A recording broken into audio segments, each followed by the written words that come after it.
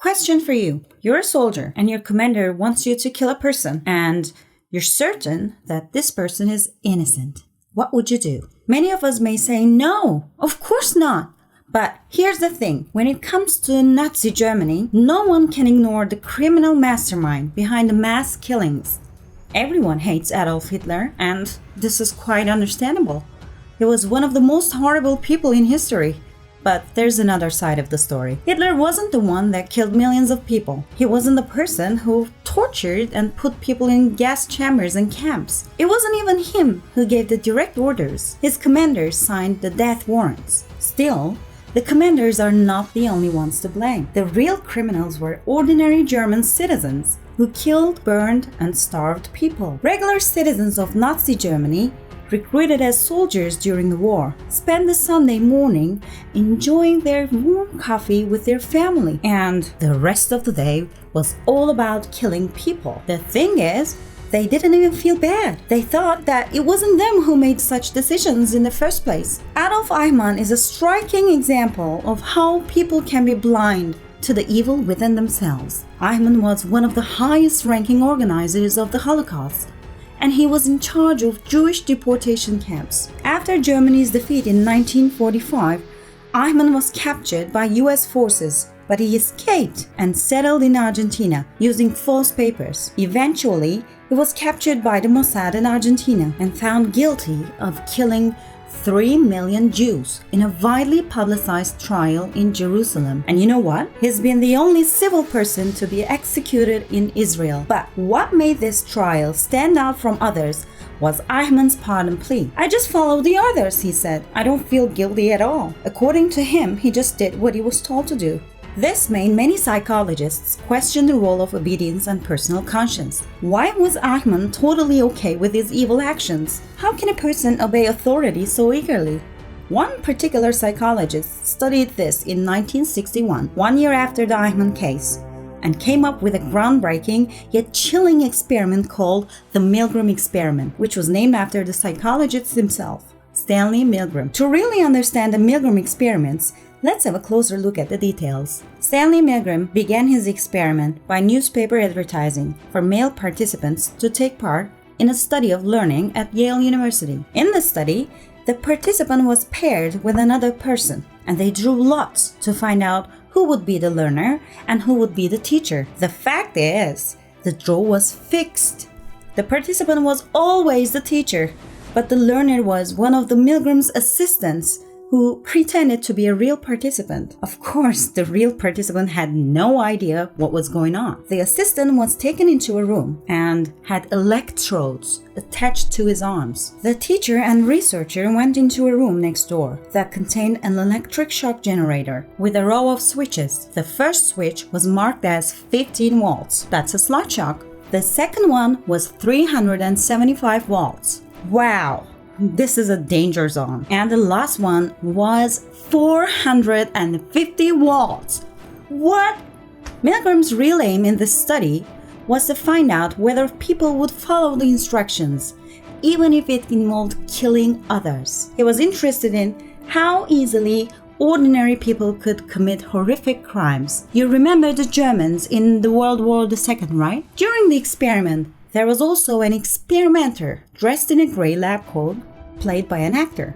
The learner, the assistant, was strapped to a chair with electrodes. After he learned a list of word pairs given him to learn, the teacher tested him by naming a word and asked the learner to recall its partner from a list of 4 possible choices. The teacher was told to give an electric shock every time the learner made a mistake, increasing the level of shock each time. The learner gave mainly wrong answers on purpose, and for each of these, the teacher gave him an electric shock. Oh right, no need to worry now because the shocks weren't real. But the learner screamed every time he received a shock to make it sound more real. When the teacher refused to administer a shock, the experimenter gave a series of orders to ensure that the participant continued. There were 4 types of prods, and if one was not obeyed, then the experimenter read out the next prod, and so on. Here are the prods.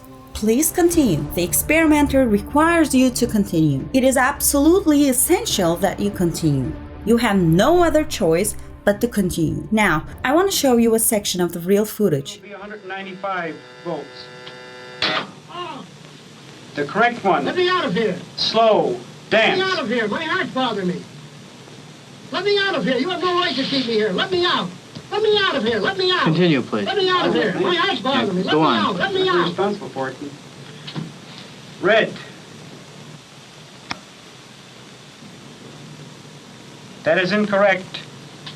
This will be at 3:30. Ow! The correct phrase is rich Let me out of boy. here. Let me out of here. My heart's bothering me. Let me out, I tell you. Let me out of here. Let me out of here. You have no right to hold me The here. next phrase is Let me fast. out. Let me out. Let me out. Let me out of here. Let me out. Bird, Let me car, train. As you can see, the participant is quite uncomfortable at some point, but goes as far as he can when instructed. It's clear that he actually believes the learner has passed out and feels kinda bad, but he decides to follow the orders anyway. Okay, what are the results then? 65% of participants/teachers continued to the highest level of 450 volts. All the participants went up to 300 volts. Milgram did more than one experiment. He carried out 18 variations of his study. All he did was change the situation to see how this affected obedience. So, what can we conclude from these results? Let's see. Ordinary people are likely to follow orders given by an authority figure, even if it involves killing. Also, we understand that obedience to authority is instilled in us. It is learned. What's more, people tend to obey orders more often if they believe their authority is morally right or legally based. This obedience to authority is learned in a variety of contexts, such as family, school, and workplace. Milgram himself says, the legal and philosophic aspects of obedience are of enormous importance, but they say very little about how most people behave in concrete situations. I set up a simple experiment and wanted to see how much pain an ordinary citizen could cause, simply because he was ordered to by an experimental scientist. The authority was so strong that it won against the participants' strongest moral imperatives against hurting others. They even ignored the screams of the victims. Milgram devised a theory based on this experiment. According to this theory, people are likely to act in social situations in two ways. The first group is in an autonomous state, which means they direct their own actions and they take responsibility for the results of those actions. However, the second group is in a agentic state. They allow others to direct their actions, and when things go wrong, they pass off the responsibility to the person giving the orders. Agentic state requires two conditions though. The authority figure must be viewed as legitimate. Also, the person obeying the orders must believe that the authority will accept the responsibility for what happens. This theory has been confirmed many times during the experiments. Milgram varied the basic procedure and told the participants that it was their decision to continue or not. In such cases, the results were surprising. The participants immediately withdrew, but when the experimenter took the responsibility, they never hesitated to push the button. Now, I'd like to draw your attention to this point. The participants were ordinary citizens. They were dealing with their daily problems just like we do now. They didn't even know who they were hurting. Okay, what's my take on this experiment? First, we know it was carried out in different times and contexts with different groups, but the results were reliable. The obedience rate always ranged from 61% to 66%. Milgram also interviewed the participants after each experiment and received many interesting responses.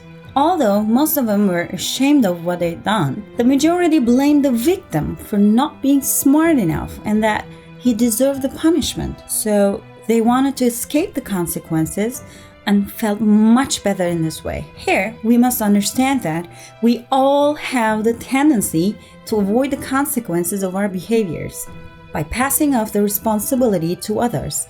And this is natural. The way we're brought up and the urge to feel right about our actions affect the way we act in social situations. But the question is there a way to make the right decision? Can we just say no to the authority figures if we know that something's not right? I believe that this is possible by keeping a few things in mind. Firstly, We should get rid of the idea that disadvantaged people deserve their poor living conditions. The prejudices we have against them, like if they had studied or worked harder, if they were smarter or so on, do nothing but harm. We should stop measuring each other by our own standards. In addition to that, maybe we should reassess who we are and what we're doing. I mean, we should never say that we wouldn't do such bad things. As scientifically explained, we're all capable of doing evil, going as far as killing an innocent person. So we need to learn to take responsibility for our own actions.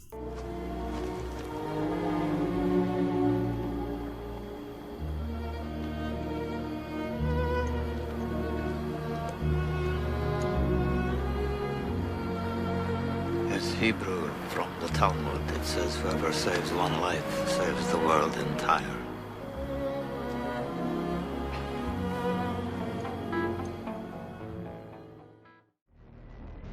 Alright guys, shall we meet here next week? Thanks, bye!